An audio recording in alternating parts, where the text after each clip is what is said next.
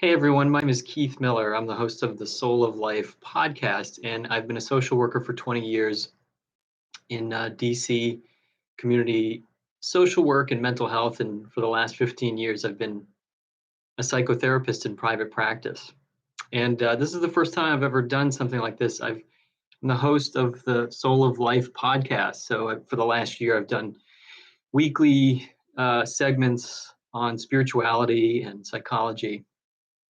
And this is something new for me, going live. And I feel like it's important. It's important to do this and create this opportunity. Some events happened in my and in our community's life here in the Silver Spring area. And last week, a student, 17-year-old student, shot and critically injured him in the high school at Magruder High School in Rockville, Maryland. And I'm a parent of two children in Montgomery County Public Schools as well. I have a high school student and a middle school student. And so I'm really doing this live stream today to speak to other parents and also to speak as a responder, as a first responder in mental health. I'm so grateful for as I know so many parents are grateful for the first responders that intervene to help save DeAndre Thomas's life. And I've been following this story very closely because, as you can imagine, as a parent, all sorts of things go on. You know, I'm aware of this phantom of this specter, the possibility that guns can be in school and violence happens with guns every day, sadly, in our country. But I never really expected to come this close, and it wasn't even in our children's school, but it has really shaken me up. And I have parts of me that want to just ignore this and kind of say, well, it didn't happen to our school, thank goodness. But the other day I was talking to our kids in the kitchen about, I didn't want to ask them. I knew they knew about the story. I knew they were following it. I said, hey, how do you feel about going to school? And I couldn't look at them in the eye. My eyes were on the floor. I found myself, and I wonder really if some of you have been experiencing this too. I found myself struggling to talk to our kids because of the amount of fear that I have about something like this happening. And here it is, it has happened. And my thoughts and my prayers are with Karen and Dumba Thomas, parents of DeAndre, as he recovers. And they've been brave to speak and share about their story publicly, which is why I'm mentioning them in this segment. But the reason that I'm doing this is I wanted to reach out to other parents. I know there's so many things going on and people are in shock in the Magruder community, the principal, the staff, they've gone back to school immediately, like the next day they recovered and tried to, and so I'm sure they are up all night and not sleeping, and so they have, I pray and I hope they have their own support and ways of resting and trying to, and I know that the county has provided counseling support and mental health support to that community. I really wanted to speak to the wider community, my peers, people who have witnessed this vicariously, because we're parents in nearby schools. The county, this is a huge county. It's one of the largest school systems in the country, and it's one of the wealthiest parts of the country and one of the most educated parts of the country. So we have a lot of resources and a lot of smart people here. And I'm speaking, I really want to call this community together to first of all get to know one another. I don't pretend to know everything that's going on, but I do know a lot about mental health and healthy minds and a healthy soul, and the idea that we have these capacities. And so I have a capacity. I'm speaking today really from a capacity that comes from my soul, which is grieving right now. And my heart is completely grieving on the one hand. and also, on the other hand, hopeful, because I know what is possible when we come together as people.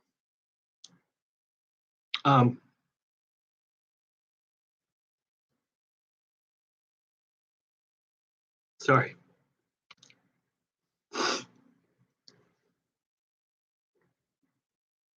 During 9/11, some of you know this, there's a church that sits on the site of Zero at 9/11, and it's St. Paul's Chapel. And if you've had a chance to be there, like I have been there, you know how moving, what an experience it is to be there and to understand the story of St. Paul's Chapel on the grounds of 9/11. That church, for some reason, stayed intact. The towers collapsed around the city, and the city was in chaos. And for some reason, this church remained there, and it was a sanctuary. And literally, the workers who were going through the rubble and the aftermath, the first responders digging through that needed a place to rest. And this church became that place where people could go. And I know, as you know, during this pandemic, people are more isolated than we have ever been, probably in history. With all the technology and resources that we have, we are feeling isolated and desperate and hopeless at a rate that is a pandemic in itself, a mental health pandemic. And myself and my colleagues have been witnessing this wave of mental health crisis.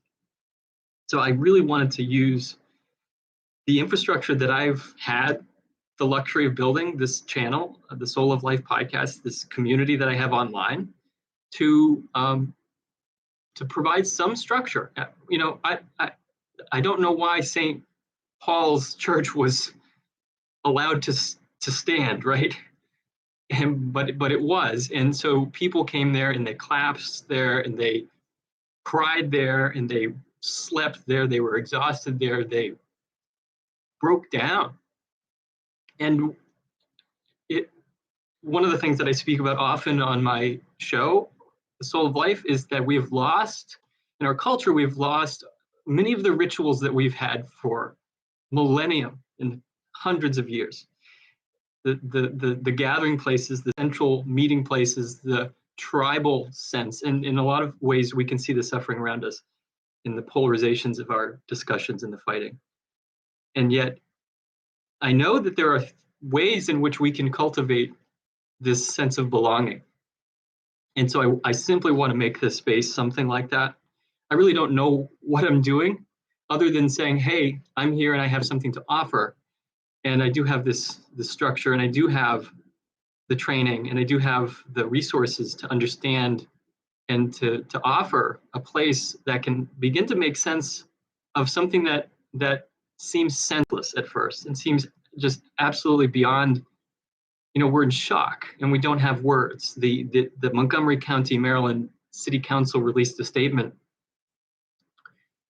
a couple days after the shooting at Magruder High School. And I don't want to pick this apart too much because they're hardworking people on the county council that go home to families just like I do, and they're grieving and at a loss, I'm sure, just like I am.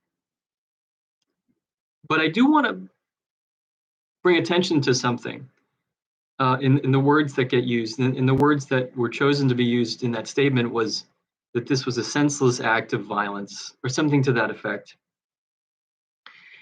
And I couldn't hear that very easily. President Obama has said that about other tragedies of gun violence in the past, and it has equally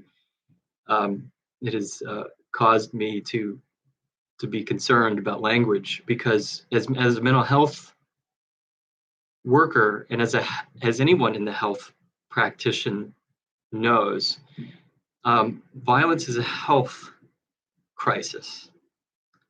When we're healthy and when we have a balanced, healthy mind, we don't have to be violent. We don't choose violence. So while I understand that it can seem senseless in the aftermath and the shock and the trauma, the way that we begin to speak about these events really, I believe, shapes the solution to it. or the lack of one, or the chaos. And so one of the things I wanted to bring to light, and I just want to ask you, if you are, if this resonates with you, please, I don't want to be speaking to nobody. I want to hear from you. The whole point of this is my desire to reach out beyond the walls of this office, to the walls of our privacy and behind these screens. I want to actually hear and talk to other people who are like me, going through these waves of different emotions. But the way that we go through those waves of emotions, the way we talk about these traumas and the pain that we're in, really makes a difference. And so I just wanted to bring some attention to that we can begin to make sense of these things. I was fortunate to speak to a member of the Magruder community, a part of the leadership in that community. And earlier in the week, he had made some statements that I was so moved to hear. To begin to ask questions, not from a angry place, as even though that has a place, but from a place of what has happened, curiosity. What has happened here, where a child can bring a gun to a school and shoot another child? And there's people that are going to be dealing with this all over the place, rightfully so, law enforcement people and first responders and legal analysts. They're going to have, you're going to have that discussion about what can we do to keep our kids safe at school. And on the other hand, I want to begin to raise awareness and raise a discussion around prevention and making sense of what seems like senseless acts like this. It really begins with us. It really begins with us coming together and beginning to understand that children need support. And when children have that support, they do better, just like adults.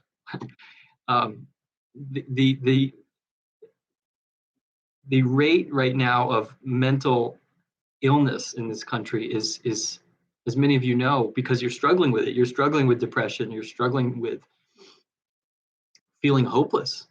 You're struggling with feeling harassed by the media and the reports and the constant bad news that we are exposed to. You're struggling with anxiety. Substance abuse is off the charts because of the pandemic. And so we know that there's a mental health, something's going on in our culture. There's a crisis. And we also know that the Surgeon General of the United States recently made I can't overstate how significant this, an enormously significant statement, an unusual statement for a Surgeon General to make, giving an advisory saying to all other health practitioners out there and anybody else listening that our children are experiencing a crisis never before seen in their mental health. And so this is all leading me to a desire to call those of you who are hearing this into a conversation with me about what can we do to support our children at these schools. My wife is a Montgomery County Public School teacher, and so I have firsthand knowledge. And again, I don't claim to have all the knowledge, and that's why I'm doing this. I want to hear from you. I want to hear from teachers and staff and social workers and school counselors and principals. You are doing God's work. You're doing the Lord's work at these schools. And it's not perfect. Even though we are in a wealthy county, we don't have always the tools that we need. And so I want to bring this attention to, and just ask. I want to begin to ask some questions out of compassion, and still be able to hold space for the grieving and the overwhelm and the recovery that the Magruder community has to go through, the family, the Thomas family that is dealing with this. They can't speak to their child. He's in a hospital and he's not able to speak yet. And so this is too soon on the one hand, but it's not soon enough on the other hand. So I understand there can be that reaction. And I want to acknowledge that there's some of you, this is too soon to talk about this.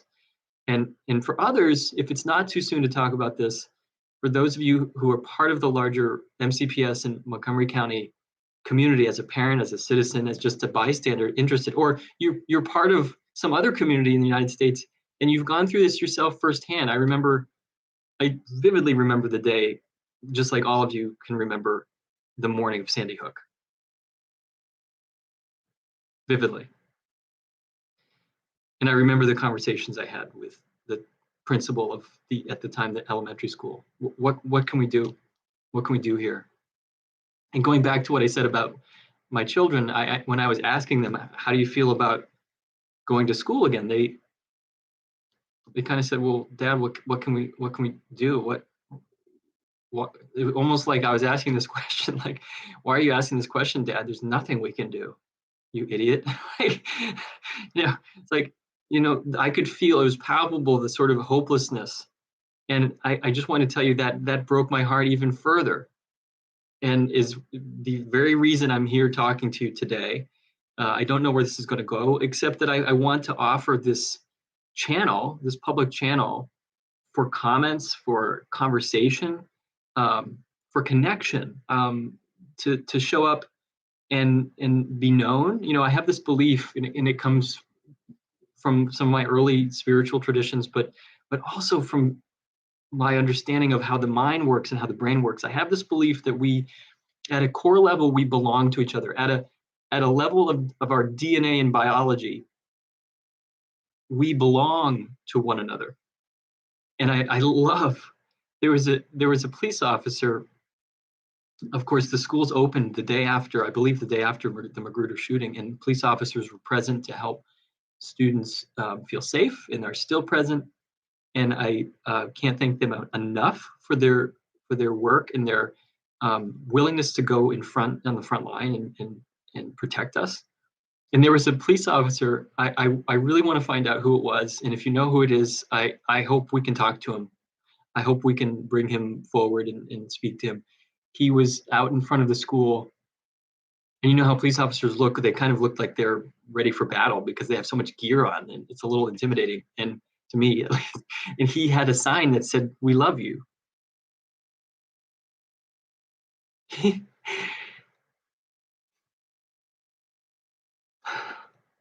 So that's what I'm hoping, I know is out there, is there's other parents and there's police officers who are doing their jobs, and we're doing our jobs. Life is going to go on. We're going to do the routine that we know. But on the other hand, the routine has to change.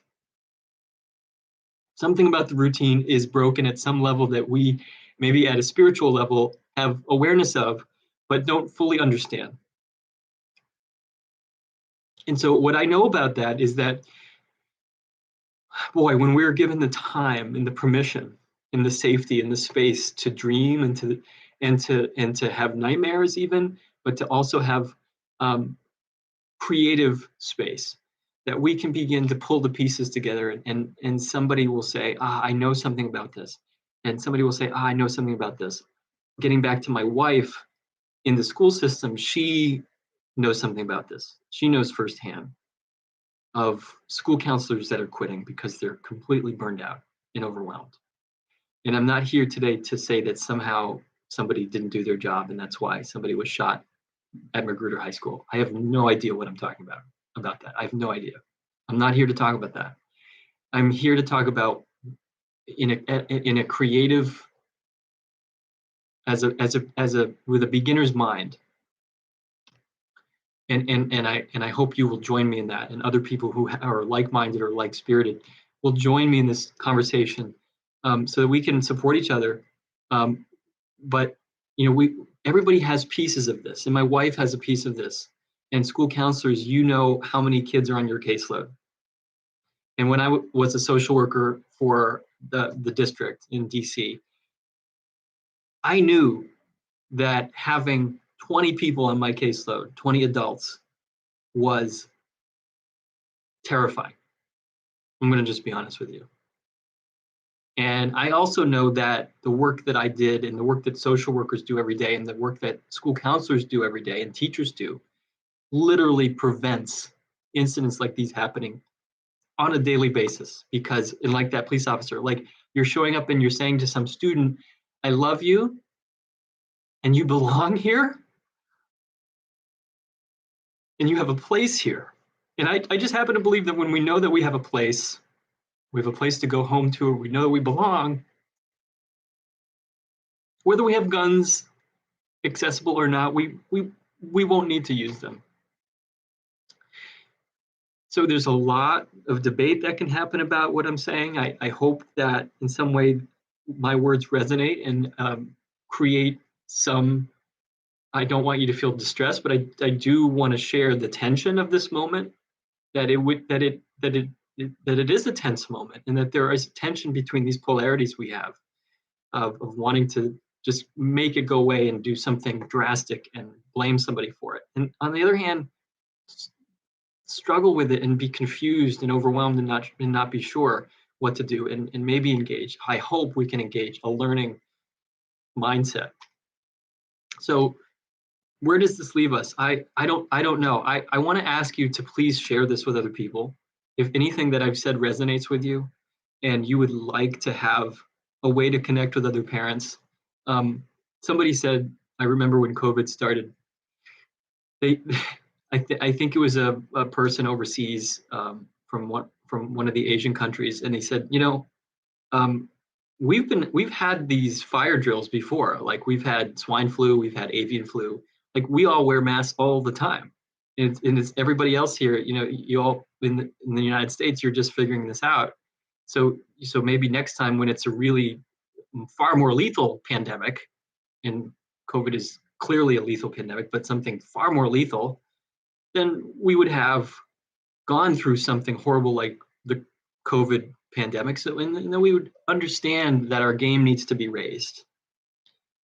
Like our immune system is getting these, boosts from the immunization, right? And so in some way, I hope that this conversation about the Magruder shooting, I obviously no one wants this to happen in their school ever again, but we all know that there are guns everywhere in our country, even in Montgomery County, even in places with strict gun laws, there's guns everywhere. And so I want to just begin to raise compassionate questions about, well, what can we do? What is our response ability? Right, which is different to me. It's different than what is our responsibility, like, which can be somewhat frantic and somewhat sharp-edged and can do some damage. Like, I want to be sensitive, and I want to call other people into this conversation, because I know you're out there, and it can be scary to come forward, frankly. It can be scary to talk about this and be known, but I do believe that our kids need us to do this. I know my kids, I hope, will appreciate this, that it's not just, oh, well, and we don't know, we'll just have to duck and run if that happens to us. That was the only thing they said to me was, Dad, I don't know, I just hope it doesn't happen to us. But it's sort of like, excuse me, but shit. We can do better than that. We can absolutely do better than that. And yeah, there's a lot more cursing that needs to be done too. So those of you that are in the ground zero of this, in the Magruder community, in the Thomas family, I can't extend enough of my compassion to you. And we also know that there's two families that were tragically affected by this. And more than that, children that witnessed this, and the child that perpetrated this, and that there is an equal but different set of tragedy that goes on. And that's not something most people have a lot of courage to talk about. And I appreciate the leadership at the Magruder PTA for speaking about that, and speaking about, like, let's look at the whole picture here.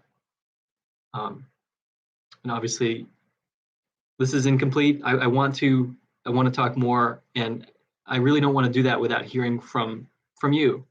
And I will commit to being here. It's our commitments, our emotional commitments to one another, I believe, that give us the strength to get through hard things and traumatic things, and And our mind is capable of going through incredible shock and still holding itself together and maybe even growing through that. If we belong to each other, and if we have a place, again, like that chapel, to sort of take off all of our armor and all of our reactions and settle down and just sort of collapse there and hear from other people, and let, this is a heavy lift, right?